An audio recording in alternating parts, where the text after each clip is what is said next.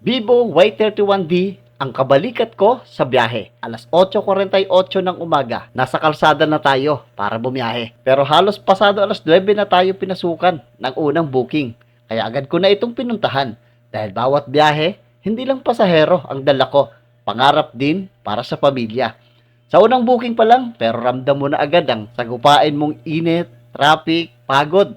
Pero naging normal na yan sa mga tulad kong MC taxi rider. Pero kailangan pa rin ituloy ang pasada. Kasi bawat booking, may katumbas na kita. Habang tirik ang araw, mas ramdam ang hirap sa daan. Pero dito masusubok ang tibay ng rider at ang cellphone na gamit mo sa buong araw. Dahil may battery itong 7,200 mAh at mataas din ang RAM nito na pwede kang maglaro habang naghihintay ng booking. Kaya sulit ang cellphone na ito. Kasi habang may biyahe, andun ang kita para sa pamilya. Pagdating ng hapon, ramdam na ang pagod. Pero bilang rider, hindi pwedeng huminto agad kasi may umaasa at naghihintay sa'yo pag-uwi. Habang lumiliwanag ang syudad sa gabi, dahil sa magagandang ilaw nito, mas dumadami rin ang biyahe. Mas delikado, mas nakakapagod, pero kailangan maging matatag. Halos 12 oras sa daan, pero may isang booking pa. Si minsan, tunay na pahinga kapag alam mong may naiuwi ka sa pamilya. Kaya sa halos 12 oras nating biyahe, merong 42% pang natira sa battery life ng cellphone natin. Kaya kung hanap mo ang cellphone na matibay at kaya kang samahan kahit gaano kahaba pa yung biyahe mo, mag Vivo Y31D ka na.